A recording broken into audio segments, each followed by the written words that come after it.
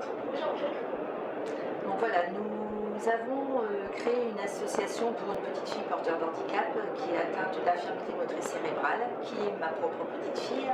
Et notre projet, ce serait de créer une structure pour pouvoir accueillir de jour des enfants porteurs d'handicap et qu'on puisse faire le relais des parents vers les différents corps médicaux, c'est-à-dire les kinés, les ergothérapeutes, les kinésithérapeutes, et pour que les parents puissent continuer leur activité professionnelle.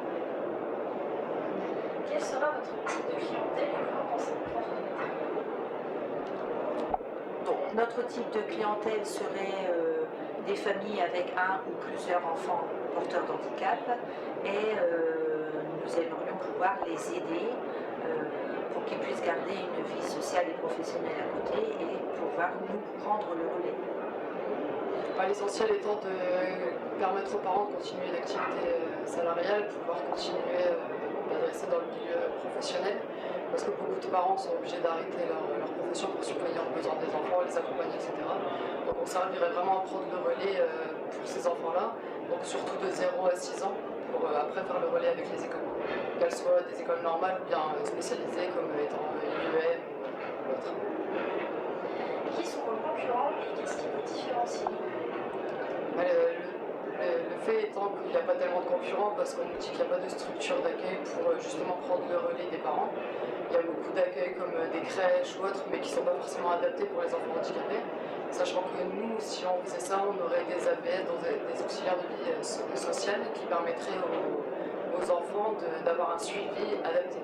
Les professionnels seraient formés pour pouvoir les accompagner dans le handicap. Ce ne serait pas juste accompagner un enfant qui n'a pas de déficit ou quoi, ce serait vraiment accompagner l'enfant handicapé. Quelles sont vos motivations pour entrer?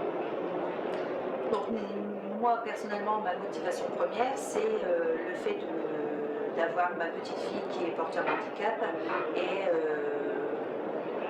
l'implication que les parents doivent mettre pour subvenir aux besoins de la petite. Et quand je vois que ma fille a dû arrêter de travailler pour s'occuper de sa fille, je me dis c'est bien, c'est son projet, c'est accompagner sa fille au maximum pour qu'elle puisse devenir autonome ou semi-autonome. Mais si nous on pouvait l'aider, elle pourrait toujours avoir un regard sur l'extérieur pour sa profession. Je pense que la motivation principale, c'est surtout le handicap. Je pense que c'est encore un sujet qui est encore tabou de nos jours. Et de voir un enfant handicapé qui puisse pas se développer comme un enfant normal quand il regarde un autre enfant qui peut pas le faire. Moi c'est ma fille, elle regarde les autres enfants, elle regarde leurs jambes, elle va pas, on voit bien qu'elle est pas bien, etc. Donc c'est vraiment une motivation de voir qu'on peut aider, pour aider les enfants handicapés et de leur apporter un suivi comme un enfant qui arrive. Et ce que je voudrais rajouter sur la motivation, c'est que ces enfants-là, porteurs d'handicap, c'est des bâtons. Et c'est ça qui nous donne l'envie d'aller plus loin et de chercher pour les aider un maximum. Pourquoi pensez-vous être le gagnant de ce concours? Personnellement, je pense qu'on peut être gagnant de ce concours parce qu'il n'y a pas énormément de structures de ce genre. Et je pense qu'on est des battantes aussi et on veut pousser, on veut y arriver et on veut les aider, tous ces enfants porteurs d'handicap, on veut les aider un maximum. Ainsi que les familles, bien sûr.